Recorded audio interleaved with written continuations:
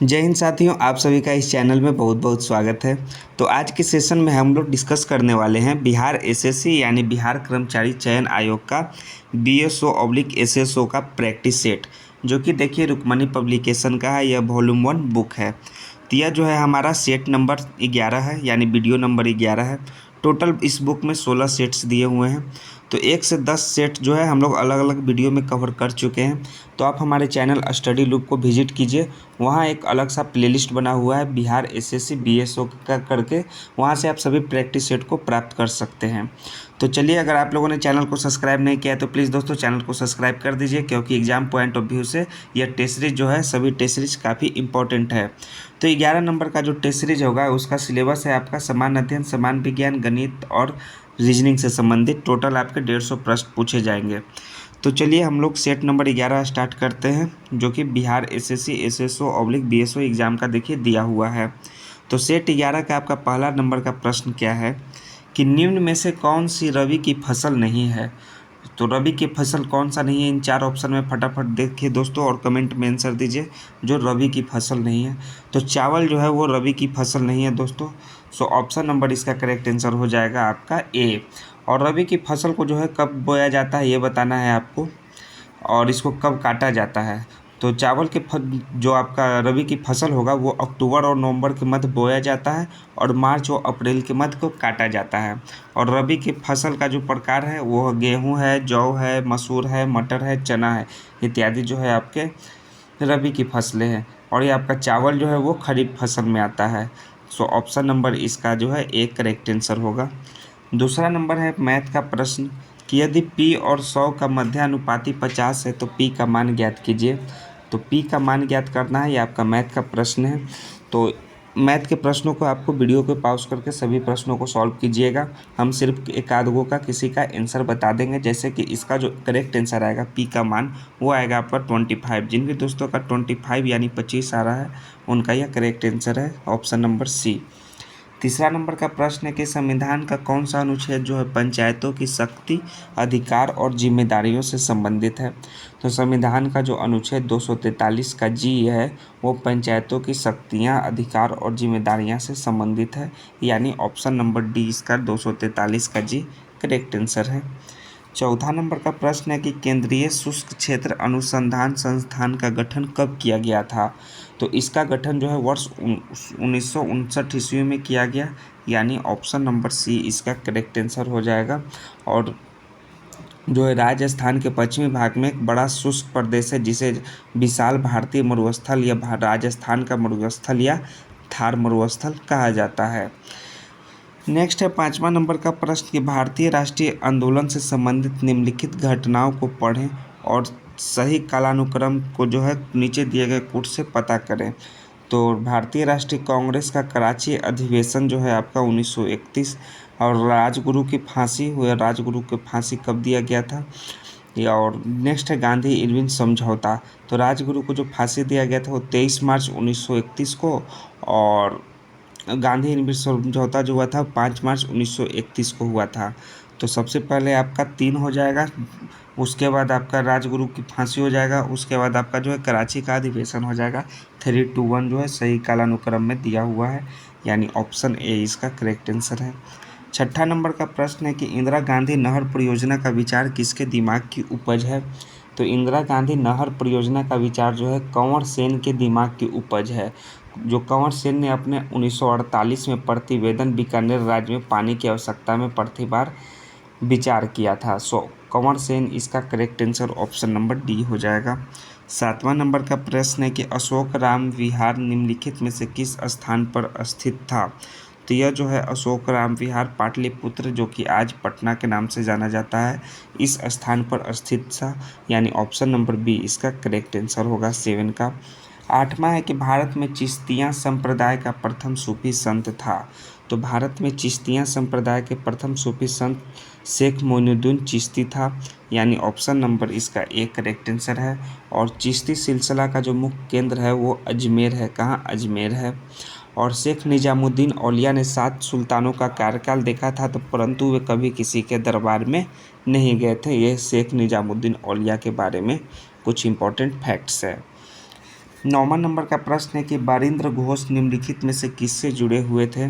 तो बारिंद्र घोष अनुशीलन समिति से जुड़े हुए थे, यानी ऑप्शन नंबर बी इसका करेक्ट आंसर है 9 का। 10वां है कि सर्वेंट्स ऑफ इंडिया सोसाइटी की स्थापना किसने की? तो सर्वेंट्स ऑफ इंडिया सोसाइटी की स्थापना दोस्तों किए थे गोपाल कृष्ण गोखले ने, यानी ऑप्शन नंबर डी इसका करेक्ट आंसर हो जाएगा 10 का डी। 11 नंबर का प्रश्न है कि बनारस एवं इलाहाबाद के तीर्थ यात्रा कर की समाप्ति के लिए किसने मुगल बादशाह के सामने बनारस के पंडितों का नेतृत्व किया था? तो नेतृत्व किए थे पंडितों का, वो थे कविंद्राचार्य, यानी ऑप्शन नंबर इसका करेक्ट आंसर हो जाएगा सी। कविंद्राचार्य ने मुगल बादशाह के सामने बनारस के पंडितों का नेतृत्व किया था। 12 नंबर है कि ड्यूस शब्द किस खेल से संबंधित है? तो ड्यूस जो है टेनिस खेल से संबंधित है, यानी ऑप्शन नंबर बी इसका करेक्ट आंसर होगा टेनिस। 13 नंबर है कि निम्नलिखित में से भारतीय राष्ट्रीय कांग्रेस के किस अधिवेशन में कांग्रेस अध्यक्ष के चुनाव में सुभाष चंद्र बोस ने पट्टाभी सीतारमैया को पराजित किया? तो वह था कांग्रेस का अधिवेशन त्रिपुरारी अधिवेशन, जो कि 1939 ईस्वी में हुआ था, यानी ऑप्शन नंबर बी इसका करेक्ट आंसर हो जाएगा, जिस चुनाव में जो है सुभाष चंद्र बोस ने पट्टाभी सीतारमैया को पराजित किए थे, यानी बी इसका 13 का राइट आंसर है। 14 नंबर का प्रश्न देखिए क्या है। 14 नंबर है कि सोरा किस देश की संसद का नाम है? तो सोरा जो है दोस्तों अफगानिस्तान देश का संसद का नाम है, सो ऑप्शन नंबर सी इसका 14 का करेक्ट आंसर हो जाएगा। और भारत देश का संसद का नाम क्या है दोस्तों? संसद का नाम संसद है। रूस का जो है ड्यूमा है, और पाकिस्तान का जैसे संसद का नाम है नेशनल असेंबली। ये सभी जो है आपके कुछ संसद के नाम हैं कुछ देशों के। 15 नंबर का प्रश्न है कि मंझगांव डॉक किस शहर में स्थित है? तो मंझगांव डॉक जो है वो मुंबई शहर में स्थित है, यानी कि मुंबई, ऑप्शन नंबर 20 का करेक्ट आंसर हो जाएगा। मंझगांव डॉक जो है शिप बिल्डर्स लिमिटेड भारतीय नौसेना के लिए युद्धपोत और पनडुब्बियां बनाती है। 16 नंबर का प्रश्न जो है आपका रीजनिंग से संबंधित प्रश्न है कि बाघ, सांप और हाथी का जो है कौन सा वेन आरेख जो है सर्वोत्तम संबंध को दर्शाता है? तो जो है आपका ये जो है आपका वेन आरेख जो है बाघ, सांप और हाथी को दर्शाता है सर्वोत्तम वेन आरेख में, यानी ऑप्शन 20 का करेक्ट आंसर है। तो जैसे 16 का प्रश्न रीजनिंग है, उसी सारे जो रीजनिंग और मैथ का प्रश्न है उनको आपको खुद से सॉल्व करना होगा।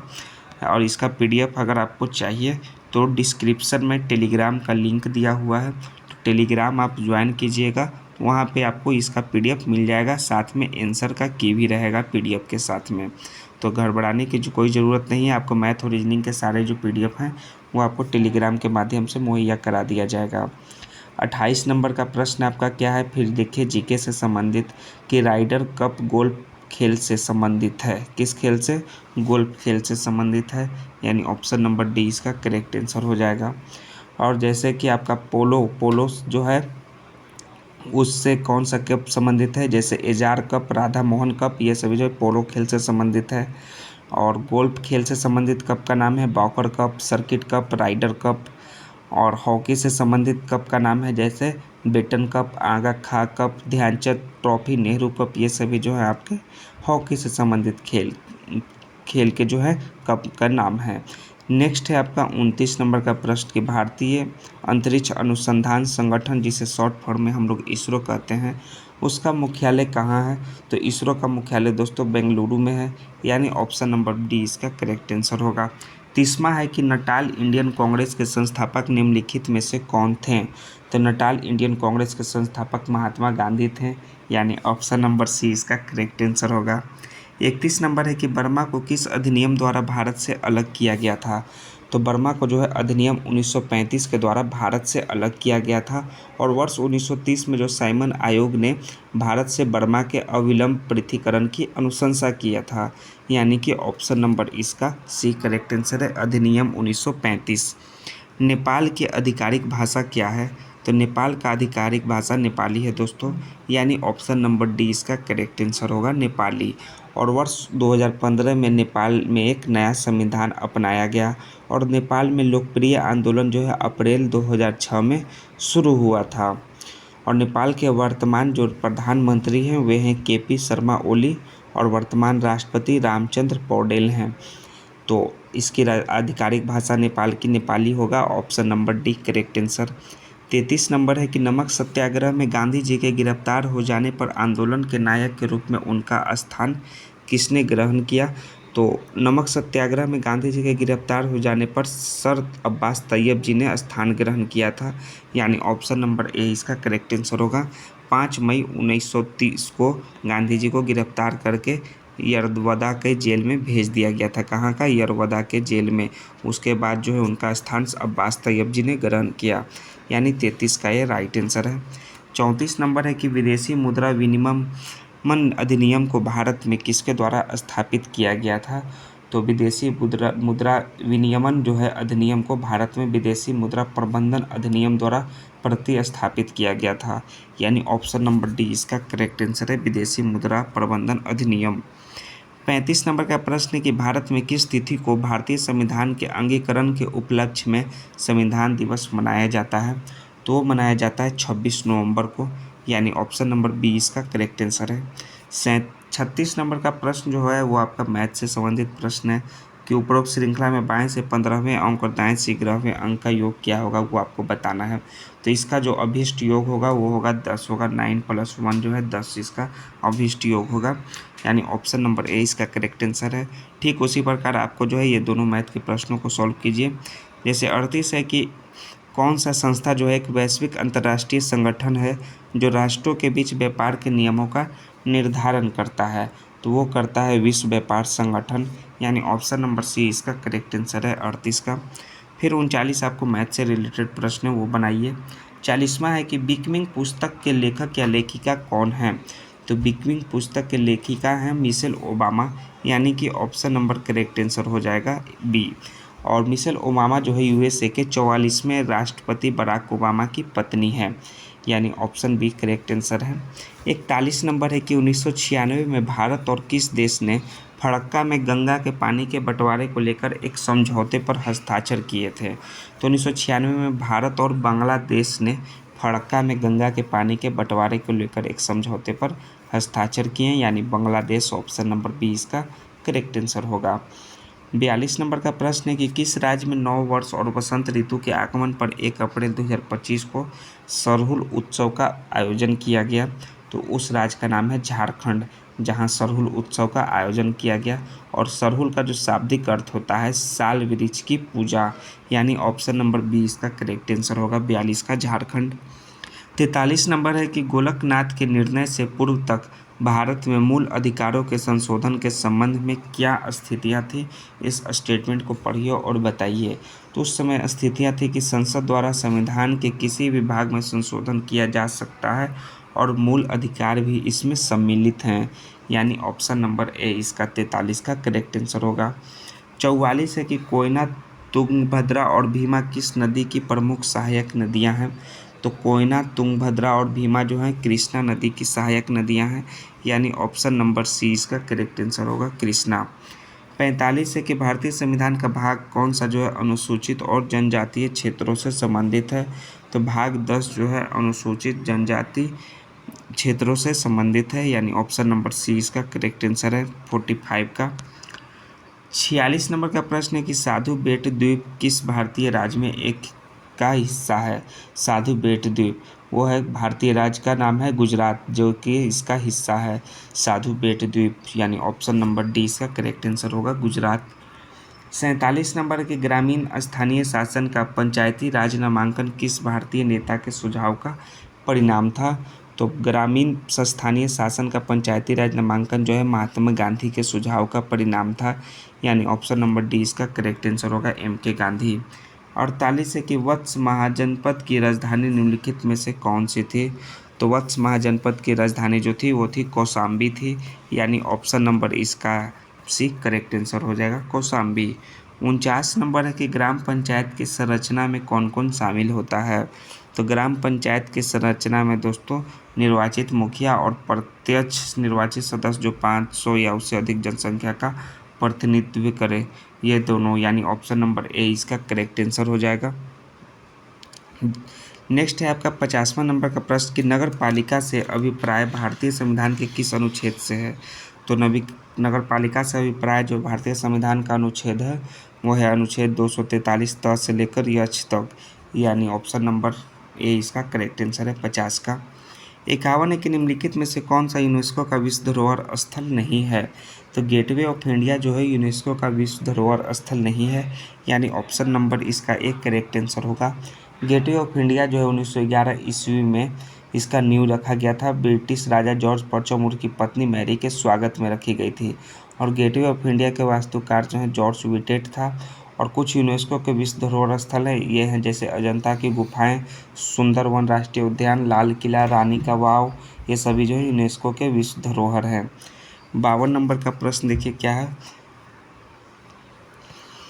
52 नंबर है आपका कि किस भाषा में जो है फारसी में जो है रज्मनामा के रूप में अनुवाद किया गया था। कौन से आपके जो है महाभारत का या फिर रामायण का या ऋग्वेद का या अर्थशास्त्र का जो है फारसी में रज्मनामा के रूप में अनुवाद किया गया था।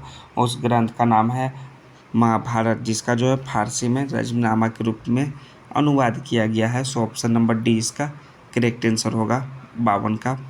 53 नंबर, 54 नंबर, ये सभी आपके मैथ से रिलेटेड प्रश्न हैं। तो आपको देखिए जहाँ तक आपके मैथ के प्रश्न हैं वीडियो को पॉज कीजिए या फिर PDF की सहायता से आप मैथ के प्रश्नों को सॉल्व कर सकते हैं। तो 63 नंबर का प्रश्न जो है जनरल साइंस से रिलेटेड अब स्टार्ट होता है। जैसे कि 63 नंबर का आपका प्रश्न है कि कैंसर के जीन की खोज किसने की थी। तो कैंसर के जीन की खोज रॉबर्ट विनबर्ग ने की थी, यानी कि ऑप्शन नंबर डी इसका करेक्ट आंसर हो जाएगा। और कैंसर का जीन जो है वो ओंकोजीन कहलाता है और कैंसर का अध्ययन जो है ओंकोलॉजी कहलाता है, यानी ऑप्शन डी रॉबर्ट विनबर्ग इसका करेक्ट आंसर है। 64 नंबर है कि प्रोटीन और प्रत्येक पॉलीपेप्टाइड में एमिनो अम्ल एक निर्धारित क्रम में जुड़े हो रहते हैं। तो एमिनो अम्लों के इस क्रम को क्या कहते हैं। तो प्रोटीन में प्रत्येक पॉलीपेप्टाइड में एमिनो अम्ल एक निर्धारित क्रम में जुड़े रहते हैं। तो एमिनो अम्ल के इस क्रम को प्रोटीनों की प्राथमिक संरचना कहते हैं, यानी ऑप्शन नंबर ए इसका करेक्ट आंसर है प्रोटीनों की प्राथमिक संरचना। 65 है कि मेंडल ने अपने प्रयोगों में मटर के कितने जोड़ी लक्षणों को चुना था। तो मेंडल ने 7 जोड़ी लक्षणों को चुना था अपने मटर के, यानी ऑप्शन नंबर सी इसका करेक्ट आंसर हो जाएगा 7। 66 नंबर का प्रश्न है आपके रीजनिंग से संबंधित प्रश्न है, वो आप इसको सॉल्व कीजिए। 67 है कि कौन सा पशु रोग एवं कारण जो है सुमेलित है। ये जो पशु रोग और कारण सुमेलित है वह है आपका टिक फीवर, जो कि प्रोटोजोआ के कारण होता है। सो ऑप्शन सी इसका करेक्ट आंसर है। 68 है कि किसी उच्चतर पोषी स्तर के जीव जो निम्नतर पोषी स्तर के अंतर्गत आने वाले अनेक प्रकार के जीवों से अपना भरण पोषण प्राप्त करते हैं, वे क्या बनाते हैं। तो ये जो है अपना आहार जाल बनाते हैं। सो ऑप्शन नंबर ए इसका 68 का करेक्ट आंसर है। 69 है कि ग्लाइकोलाइसिस का संबंध है। तो ग्लाइकोलाइसिस का संबंध जो है केवल श्वसन से होता है, रिस्पिरेशन से होता है। सो ऑप्शन नंबर बी इसका करेक्ट आंसर है 69 का। 70 का प्रश्न मैथ से संबंधित प्रश्न है। 71 है कि अभिक्रिया को संतुलित करने के लिए निम्न में से किसका प्रयोग किया जा सकता है। तो अभिक्रिया को संतुलित करने के लिए अल्फा पार्टिकल यानी अल्फा कण का प्रयोग किया जा सकता है। सो ऑप्शन नंबर ए इसका करेक्ट आंसर है। 72 है कि सरसों के तेल का तीखापन किसके कारण होता है। तो सरसों के तेल का तीखापन जो है एलिल आइसोथायोसाइनेट के कारण होता है। किसके कारण, आइसोथायोसाइनेट के कारण। सो ऑप्शन नंबर सी इसका करेक्ट आंसर है। 73 है कि Z/Z/W किस प्रकार का लिंग निर्धारण देखा जा सकता है। ये जिस प्रकार का लिंग निर्धारण जो है मोड में देखा जा सकता है, यानी ऑप्शन नंबर डी इसका करेक्ट आंसर हो जाएगा आपका मोड। नेक्स्ट है 73 के बाद 74 कि दैनिक जीवन में प्रयुक्त मोमबत्तियाँ में होता है। तो मोमबत्तियाँ में जो है उच्च संतृप्त हाइड्रोकार्बन होता है। क्या होता है, उच्च संतृप्त हाइड्रोकार्बन, यानी ऑप्शन ए इसका करेक्ट आंसर है। 75 है कि पारे के प्रदूषक युक्त जल में पलने वाली मछलियां खाने पर कौन सा रोग होता है। तो पारे के प्रदूषक युक्त जल में पलने वाली मछलियां को खाने से मिनीमाटा रोग होता है। सो ऑप्शन नंबर ए इसका मिनीमाटा रोग करेक्ट आंसर होगा 75 का। 76 है निम्नलिखित में से कौन यह बताता है कि तत्वों के गुण और उनके परमाणु संख्या का आवधिक कार्य है। तो 76 का आपको बताना है, तो वो है आपका आधुनिक आवधिक नियम जो है यह बताता है कि तत्वों के गुण उनके परमाणु संख्या का आवधिक कार्य है, यानी ऑप्शन नंबर बी इसका 76 का करेक्ट आंसर है। 77 है कि निम्नलिखित में से कौन जो है स्तनधारी नहीं है। तो स्तनधारी जो है गेको स्तनधारी नहीं है, यानी ऑप्शन नंबर इसका डी राइट आंसर होगा गेको। 78 आपको खुद से सॉल्व करना है। 78 से लेकर जो भी आपके मैथ के प्रश्न हैं, हम इस वीडियो को जो है लंबा चला जाएगा। मैथ को अगर प्रश्न, रीजनिंग के प्रश्न को सॉल्व करेंगे तो आप पॉज कीजिए और बनाते जाइए। तो जैसे 64, 94, 95, 96, 97, 98, 99 तक के आपको प्रश्न को सॉल्व कीजिए। 99 है कि गुण सूत्र जिनमें गुण सूत्र बिंदु अनुपस्थित होता है वे कहलाते हैं। अब बताइए कि गुण सूत्र जिनमें गुण सूत्र बिंदु अनुपस्थित होता है तो वे कहलाते हैं एसेंट्रिक, यानी ऑप्शन नंबर डी इसका करेक्ट आंसर है। 100वां नंबर है कि निम्न में से अम्लीय ऑक्साइड है, तो अम्लीय ऑक्साइड इनमें से कौन है, वो है आपका CO2 है, यानी ऑप्शन नंबर बी इसका करेक्ट आंसर है। 101 है आपका मैथ के प्रश्न है, इसको सॉल्व कीजिए। 102 है कि किसी ध्वनि का पिच निर्भर करता है, तो किसी ध्वनि का पिच जो है आयाम व आवृत्ति पर निर्भर करता है, यानी ऑप्शन ए इसका करेक्ट आंसर होगा। 103 है कि थर्मोप्लास्टिक है, तो थर्मोप्लास्टिक जो है वो है पॉलीथीन भी है, PVC भी और पॉलीस्टराइन भी है, यानी ए सभी है। सो ऑप्शन नंबर डी इसका करेक्ट आंसर होगा। 104 नंबर का प्रश्न है कि एक बल की क्रिया एवं तत्संगत प्रक्रिया होती है, तो एक बल की क्रिया एवं तत्संगत प्रक्रिया जो है दो अलग अलग वस्तुओं पर विपरीत दिशा में होती है। सो ऑप्शन नंबर डी इसका करेक्ट आंसर होगा 104 नंबर के प्रश्न का। 105 नंबर है कि विटामिन के आवश्यक होता है, तो विटामिन के आवश्यक होता है प्रोथ्रोम्बिन के संश्लेषण के लिए, यानी ऑप्शन नंबर बी इसका करेक्ट आंसर है 105 का। 106 है कि न्यूटन क्या बोरबेरी नियम के अनुसार सही इलेक्ट्रॉनिक विन्यास है, तो सही इलेक्ट्रॉनिक विन्यास क्या है, वो है आपका 2 और 8 है, यानी ऑप्शन नंबर इसका भी करेक्ट आंसर होगा। 107 है कि निम्नलिखित में से कौन भारतीय औषधीय पादप है, तो राउफिल्विया स्पेंटिया एपोसाइनेसी जो है कुल का पौधा है, यानी कि 107 का आपका बी करेक्ट आंसर हो जाएगा। राउलोफिया सर्पेंटिनिया जो है वो भारतीय औषधीय पादप है, ऑप्शन नंबर बी इसका करेक्ट आंसर है। 108 नंबर है कि बल युग्म का उदाहरण है, बल युग्म का उदाहरण क्या है, वो है आपका ढक्कन खोलना, नल खोलना, गाड़ी का स्टीयरिंग घुमाना, ये सभी जो है बल युग्म का उदाहरण है, ऑप्शन डी इसका करेक्ट आंसर है। 109 नंबर है कि निम्नलिखित में से कौन जो है एक प्रतिजैविक है, तो प्रतिजैविक जो है आपका स्ट्रेप्टोमाइसिन एक प्रतिजैविक है, सो ऑप्शन नंबर ए इसका करेक्ट आंसर है, प्रतिजैविक यानी कि एंटीबायोटिक है। 110 नंबर के प्रश्न आप खुद से देखिए, रीजनिंग के संबंधित प्रश्न कि मानव में जो हिंस बंडल नामक संरचना किस अंग में पाई जाती है, तो हिंस बंडल एक समान हृदय पेशीय तंतु है जो कि आलिंद को निलय के साथ जोड़ता है, सो ऑप्शन नंबर 20 का करेक्ट आंसर हो जाएगा हृदय। 112 है कि बारूद में गंधक की उपस्थिति क्या बढ़ाती है, गंधक की उपस्थिति जो है ज्वलन ताप को घटाती है, सो ऑप्शन नंबर ए 112 का करेक्ट आंसर होगा। 113 है कि कागज मुद्रा जारी करने वाला पहला देश कौन सा था, तो कागज मुद्रा जारी करने वाला पहला देश था चाइना, यानी चीन, ऑप्शन नंबर 20 का 113 का करेक्ट आंसर है। 114, 15, 16, 17, 18 सभी सॉल्व कीजिए आप खुद से। आपको जो है 122 तक सॉल्व करना है, 123 तक। 124 नंबर देखिए कि निम्नलिखित योजनाओं और कार्यक्रमों को जो है सही सुमेलित आपको करना है। 124 नंबर तो आपका प्रथम पंचवर्षीय योजना जो होगा आपका सामुदायिक विकास कार्यक्रम से संबंधित है, सो आपका ए का 2 हो जाएगा। उसके बाद द्वितीय पंचवर्षीय योजना जो है आपका तीव्र औद्योगिकरण से हो जाएगा, यानी 1 है। तृतीय पंचवर्षीय योजना का संबंध आधारभूत उद्यमों का प्रसार से है। नेक्स्ट चतुर्थ पंचवर्षीय योजना का जो है संबंध वो है स्वावलंबन की प्राप्ति एवं स्थिरता, और लास्ट पंचम जो है न्यूनतम आवश्यक कार्यक्रम 2, 1, 3, 5 और 4।